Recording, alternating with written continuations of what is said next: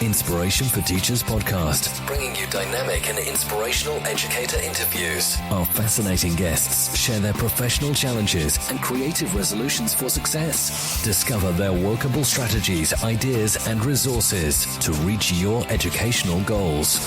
And now your host, Kelly Long. Welcome to another episode of Inspiration for Teachers. I'm your host, Kelly Long. And like always, I have a really great show lined up for you today and an amazing guest. But before we dive in and get totally showered in some awesome educational ideas, don't forget to sign up to our weekly educational Inspiration for Teachers digest. You'll receive our best educational resources, ideas, articles, and online learning to help you. Just head over to inspirationforteachers.com, follow the links to the sign up page. Before I introduce today's guest, I wanted to share with you that this episode forms part of a mini Women in Education series, a collaboration between myself and the amazing women who have formed Women Ed, a movement that started off the back of a question on Twitter about women in education and in particular women in leadership. Our Women Ed guest today is Maria Alexander O'Neill. She's been in education for 14 years and has taken on many pastoral and academic roles.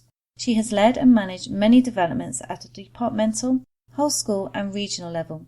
She's also a lifelong learner and is studying for a doctorate in educational leadership.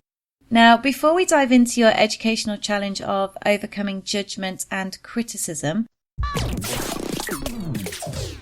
for me, the biggest challenge was to separate myself from all the criticism, to concentrate on what I was feeding myself, my inner voice, because your inner voice is the loudest voice out of all. And if you manage that inner voice, if you think positive thoughts, then you can build up true confidence. You know, the research showed that we have got around 60,000 thoughts every single day, but it also has showed that 80% of our thoughts are negative. It also showed that over 90% of thoughts are repeated day in and day out. So it is very important to control what you think, what you say about yourself, and build the inner confidence, the internal confidence. So Maria, it sounds that you've had some challenging situations that you've come across as you've gone through your kind of leadership journey. So what kind of criticisms have you faced per se? You say about managing that kind of like internal confidence, but how did you actually go about doing that? Because when your kind of confidence is taking a battering, it takes a very strong person to kind of be able to put that in an objective lens and say, right, okay, this is what I need to do. You cannot please everyone. What I have done to myself, I wrote a diary of things that I was saying to myself. I did not concentrate on the criticisms and what people were saying. I was concentrating on what I said to myself. And I wrote everything down, every single thing that I was told, I wrote it down. And I actually did realize that all the things that I was saying to me were the voices that were criticizing me, and I stopped that.